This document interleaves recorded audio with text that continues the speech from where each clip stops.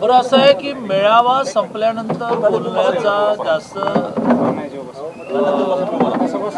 Relevance आहे आणि विशेषतः आमचे सगळेच नेते तिथे थांबलेत.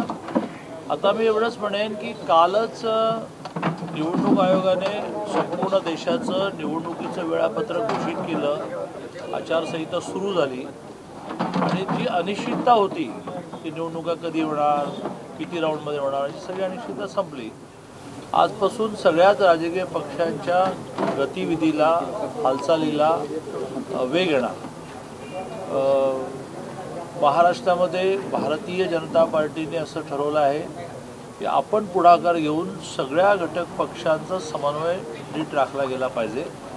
हा समन्वय जर नीट झाला तर 4848 जागा भारतीय जनता पार्टी लीड करत असलेल्या, स्वाभाविकपणे त्यात शिवसेना, राष्ट्रवादीपासून RPI आणि रासप सगळे आहेत, पण स्वाभाविक आहे ना की मोठा पक्ष देवेंद्रजींसारखं नेतृत्व, त्यामुळे भारतीय जनता पार्टी लीड करत असणाऱ्या या महायुतीला समन्वय नीट साधला तर 4848 जागा जिंकणं अवघड राहणार नाही.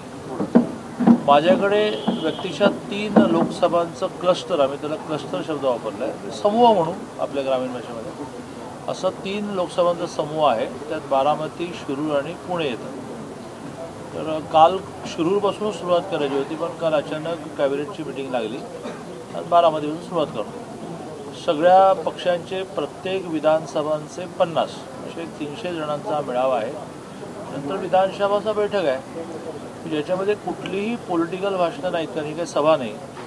अशा प्रकारच्या त्या पक्षाच्या प्रमुख कार्यकर्त्यांना काही सूचना द्याव्या लागतात, काही दिशा दाखवावी लागते, काय बोलावं काय बोलू नये, अशा आशयाचा हा मेळावा, अशा आशयाच्या या विधानसभाच्या बैठका आणि अशा आशयाचा प्रवास आहे.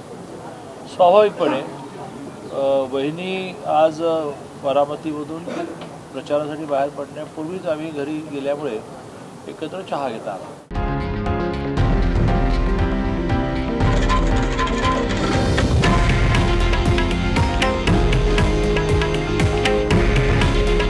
हे आहे देशातील नंबर 1 न्यूज नेटवर्क आणि आपण पाहत आहात TV9 मराठी. काळजी तुमची, हित महाराष्ट्राचं.